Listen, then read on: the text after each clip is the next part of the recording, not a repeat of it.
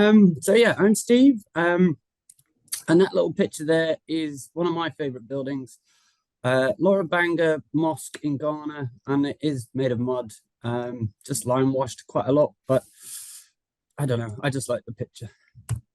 So I have built lots of things with mud. I sort of had my introduction to the mud building world in Ghana. Yeah, lots of simple basic stuff, some more complicated stuff. And then I suppose I've gotten into the heritage side of it since coming back to the UK, and working in the UK. So I know Tom might be wondering why I put this picture here. Where's the mud? So this was a house I got called to work on a couple of years ago. I needed quite a bit of work doing to it, but a lot of the work I was going to be doing was repointing it. So I'd asked for a few mortar samples sort of ahead of time, so I could have a look and sort of know what I was working with. But it was only when we got to site with a mix that we thought might be suitable, and we started sort of digging into the walls a bit more, that we found out that it wasn't actually built with lime mortar, it was built with a mud mortar, and then it had just been pointed with lime. So I suppose this does make me think, and I think I've talked to Roland in the past about this, that the sort of need to have some kind of database somewhere of buildings that have been built with mud, because there's a lot more out there than what we think. And it is sort of quite important to realize that, I think. So heat loss testing.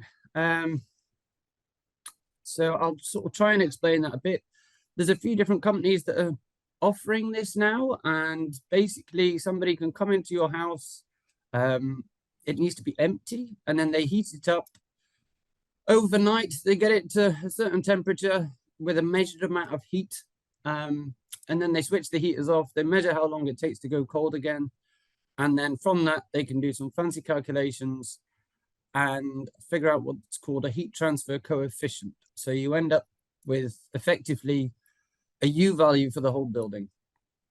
Now, I don't think that, whilst this has been around for a couple of years, I couldn't actually find a mud building that's been tested yet, so I would be keen. So unfortunately, this one's not mud. I'm sorry to disappoint, but I think the fact that it's old, it's got lots of thermal mass. I'm hoping you can forgive me and assume it functions in a similar sort of way.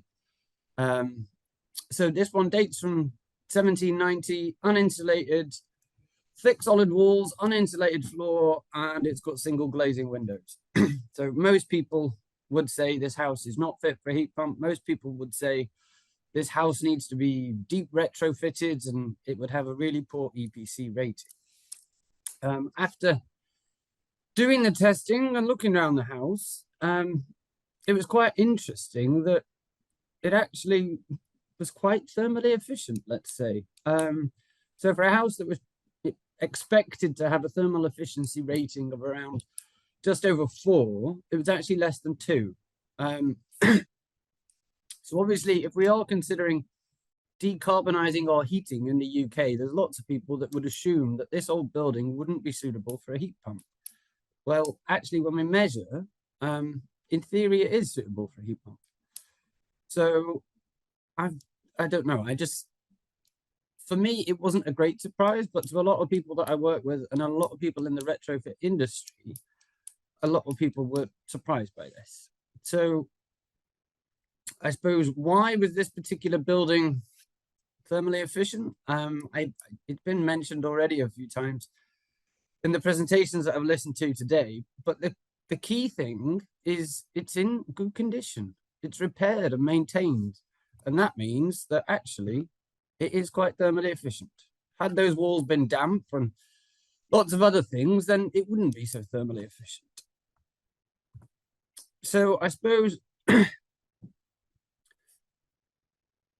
balancing act, forgive me, I quite like these slides at the moment. There's lots of sort of debate in the retrofit world about fabric first or this first or whole house approach, and there just seems to be lots of slogans flying around, when, to be honest, it's everything, isn't it? You can't just do one and the other. You can't just look at the fabric and ignore the services. You can't just look at the services and ignore the people that are going to be using it. So we really need to sort of keep in mind that it is a balancing act. Each building will have its own sort of natural level of performance, no matter what we do to it. The services are primarily controlled by the people. The fabric is primarily maintained by the people. So everything is sort of intertwined. And I suppose it's just trying to encourage people to really take a holistic approach rather than just a narrow-minded, let's insulate UK and cause lots of problems. So I suppose that brings us on to embodied energy and embodied carbon, and operational energy and operational carbon. So as well, given the climate crisis that we are in, I suppose I'd try and explain it to people. If we have a remaining carbon budget, then what do we want to be spending it on? And I think if we put that in a retrofit context, it can make us make some different decisions. So maybe we're not going to be using fossil fuel derived insulation materials to go around and, I don't know, save a few percent in terms of energy performance of our houses. Or if we take a more long-term view of that, what are those savings going to be? How long before those buildings start to have problems? And then does it all just end up in the bin at the end of the day? So I suppose it's a bit of a cautionary tale of retrofitting old buildings. Be careful. There are lots of clay buildings out there that people don't know that they're clay. Obviously, it's important that we have well-trained surveyors and well-trained builders. Yes. I don't know if this is going to work, but I'm going to try.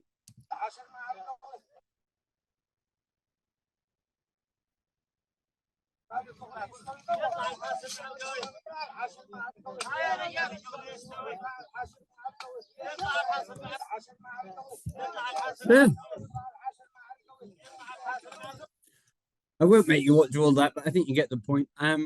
I just like to put it in there because I think it's a nice little video. You know, there's lots of, I suppose, being in the UK, it's strange at different Ibuki events.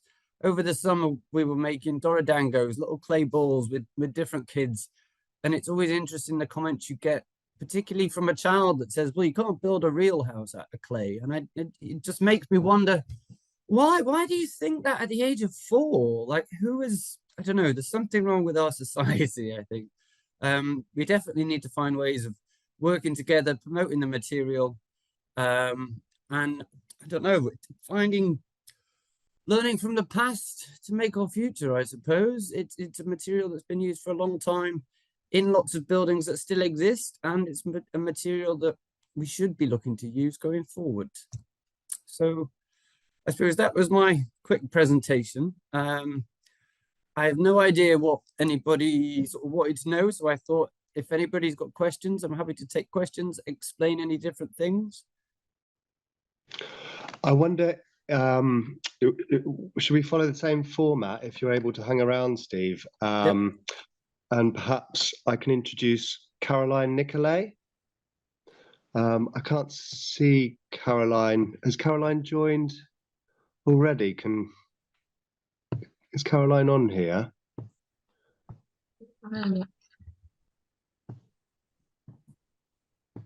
Does anyone know if Caroline's joined? Jamie, what time? Her time? She said she was going to be here half an hour before her. Oh right, okay. Sorry, Steve. Oh, right, well, so she should actually be there, yeah, because she emailed me and said she was going to be there half an hour before her talk, which she was due on at 3:20. Perhaps for the time being, we can ask Steve some of the questions.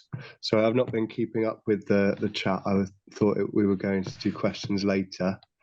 Sorry if I was a bit too quick. No, that was fantastic. I mean, for the time being, Steve, I've got a question here.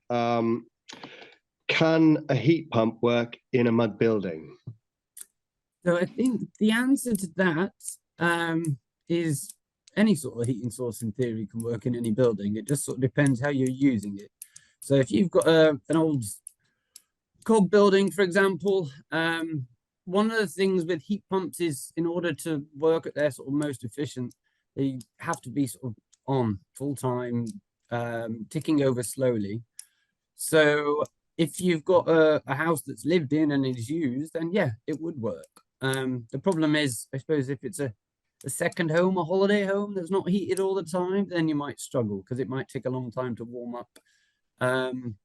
But no, they certainly can work in old buildings. There are sort of issues with retrofit and what sort of plumbing pipes you've got and stuff like that. But it can certainly be done to old buildings, and yeah, it can certainly be done with new.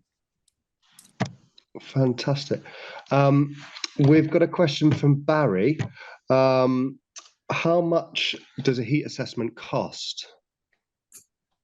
Good question. So the project that I was working on for that was a government funded project. So all these surveys were subsidized. So the true cost, I couldn't tell you. There are different companies out there doing it. I think some people are saying around 600. It sort of depends. There is another way of doing it, where you can do it like 3-week test. So you have similar sort of monitors. Basically, you need to measure external temperature, internal temperature in a few different places, your relative humidity. Ideally, you would then also measure the CO2. And then if you've got meter data, just by watching somebody in their normal house, people can stay in the house over 3 weeks. You can sort of get an idea of what the heat loss coefficient is. So that, I believe there are companies that are offering that where they send out the kit and then you just send back the data. And I think that's a cheaper way of doing it. There are other organizations that are looking into doing it through remote monitoring and stuff. So yeah, a number of sort of options. I mean, it's one of them, you can have all that done, but I would still sort of suggest that you need a human that knows what they're doing to go around and have a look, because, you know, you do get quite a bit of useful data, but that in itself won't tell you everything. So it's that need to go back and be holistic and look at everything. You know, is there a damp problem? Is there a mold problem? Is there this? Is it repaired? Is it maintained?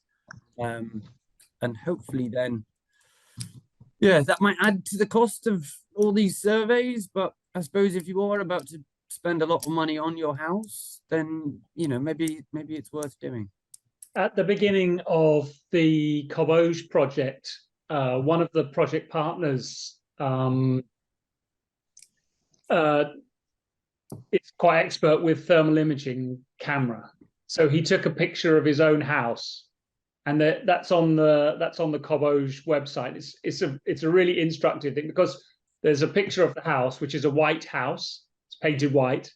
And then there's the thermal image of it next to it. And then you see that actually this house, which, you know, has elements of 18th and 19th century in it, is a patchwork of different materials. There's a lot of stone, there's a whole lot of cob or mass, there's brick, there's 90s concrete block, there's 80s concrete block, and they're all performing completely differently.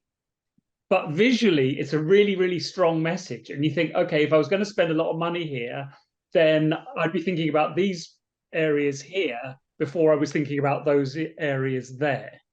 And I think that's kind of yeah. So I think if I was going and buying myself a house and thinking about its thermal performance, I'd probably start there. If it was just for myself, I'm not talking about providing a service particularly.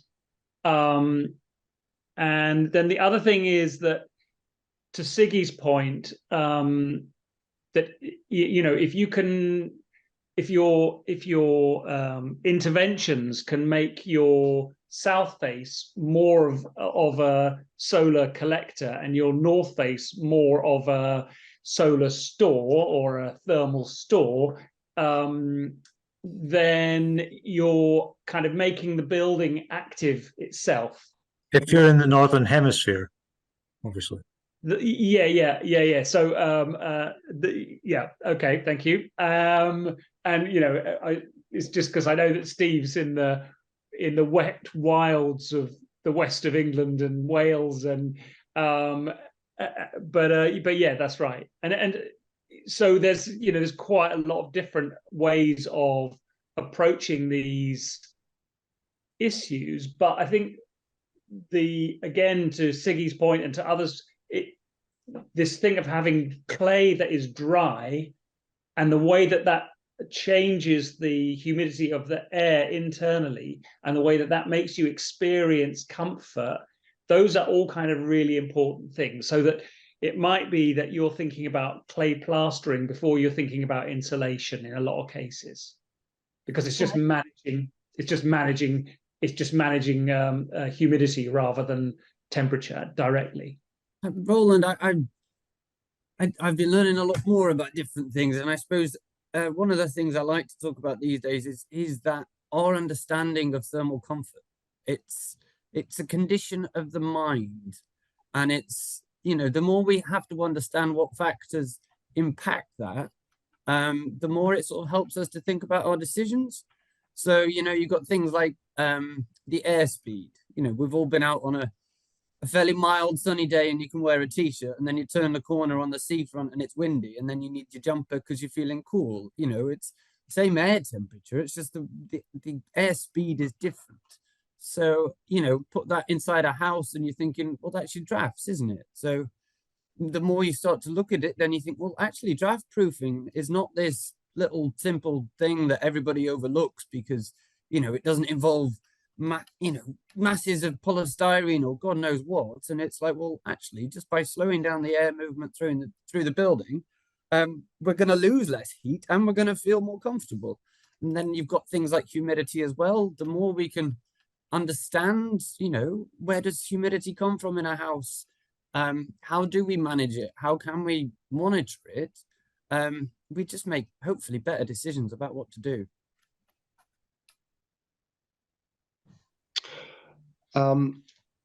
Great. We've got another question, and that's: is there a similar assessment that can be done in the summer?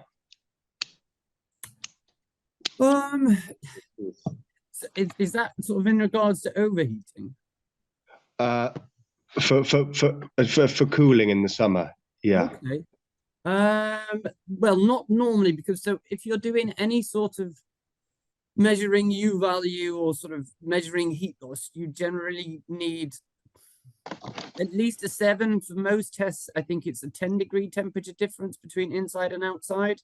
But I suppose that's where I like to encourage people to do the monitoring side of it, because if you've got a couple of wireless monitors set up in your house, ideally that goes through the summer and it goes through the winter, because overheating is one of the things that I think is staring us in the face, but none of us can see it. The number of buildings that I go to where people want me to do some energy efficiency audit that have problems already with overheating, and then we're in danger of making this a lot worse. We're going to have more hot days to come. We're going to have higher humidity to come. So it's thinking about the future climate risks at the present time.